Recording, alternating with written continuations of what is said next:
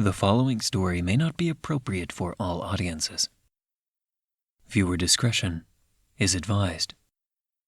Welcome to Whisperwood Stories. Today, our story is Another from Alex the Nobody. Let's begin.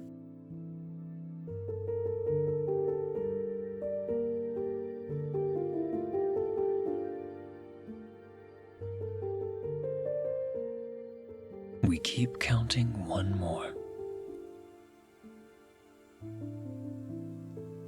Last night, me and 3 other friends went on a camping trip. I regret going. We all had packed our own chairs, but had big enough tents to fit 2 people. Savannah had brought the ice cream chest of drinks. Daniel brought a few snacks, and my closest friend, Lana, had ridden with me in my car. We chatted and sang along to some songs as we started getting closer to the parking lot. Her and I were the first ones there, so we sat in my car, still talking. Savannah and Daniel arrived in their separate cars and started grabbing everything out of their trunks.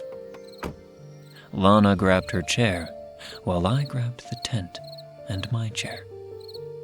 We all walked to the campsite, too scared to venture too far from the parking lot, so we walked far enough away to just barely see it.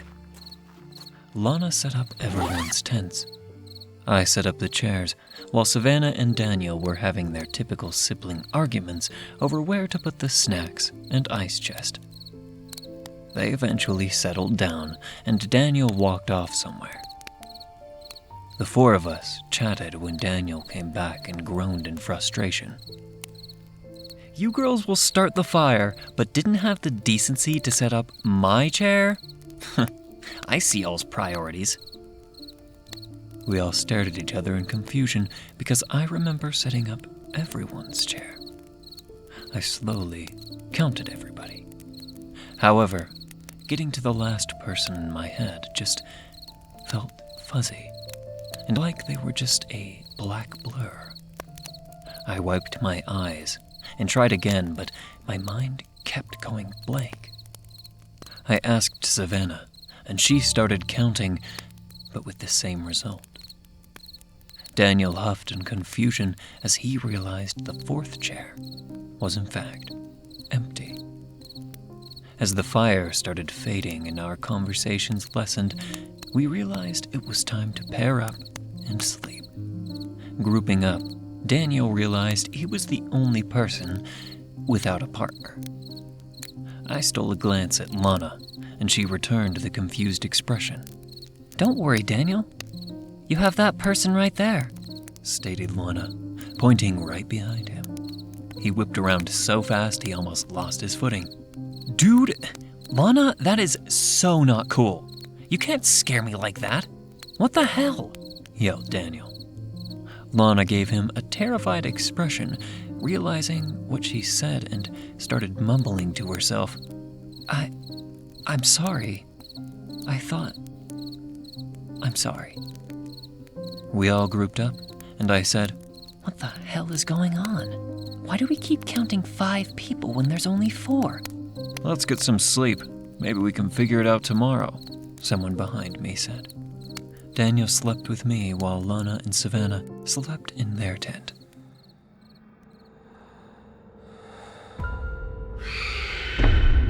I woke up in a cold sweat to hear Savannah screaming her lungs out.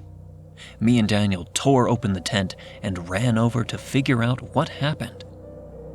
Daniel started shaking her and yelling while I followed where she was looking. "Daniel? Oh my God. What the hell?" I stuttered. He looked over and let out a loud scream. Lana's head was cut off, hanging by the hair from the top of the tent, while her body remained in her blood-soaked sleeping bag. Daniel grabbed Savannah by the arm and bolted while me and someone else followed in pursuit. Savannah started prying away from Daniel and ran in an opposite direction. He started yelling after her until her screaming stopped. "Daniel, who the hell is following behind us?" I panted out. He shot a confused look that soon turned to rage and slowed down. "Keep running. I'll buy you some time." He jumped behind us, pocket knife in hand, while I heard grunts of struggle behind me. It soon died down, and I ran like hell. As soon as I reached the parking lot, I wasted no time lunging into my car and peeling out onto the main road. My legs felt like they were on fire from the running, and my lungs felt like they were going to burst.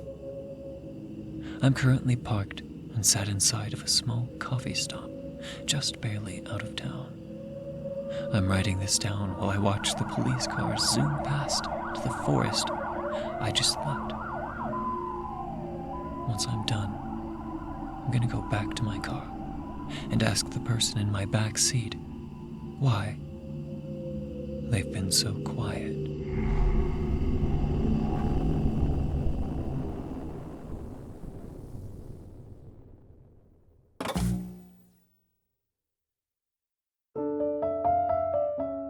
Thank you for listening to Whisperwood Stories. If you enjoyed, don't forget to comment, like, and subscribe down below. Do you have a story that you'd like me to read here?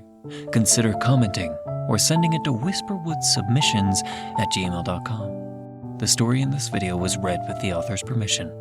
Thank you again for listening, and be sure to check out the original Reddit post. Want to support me? Check the link below where you can leave a tip if you wish. And remember, don't let the shadows get too close. Good night.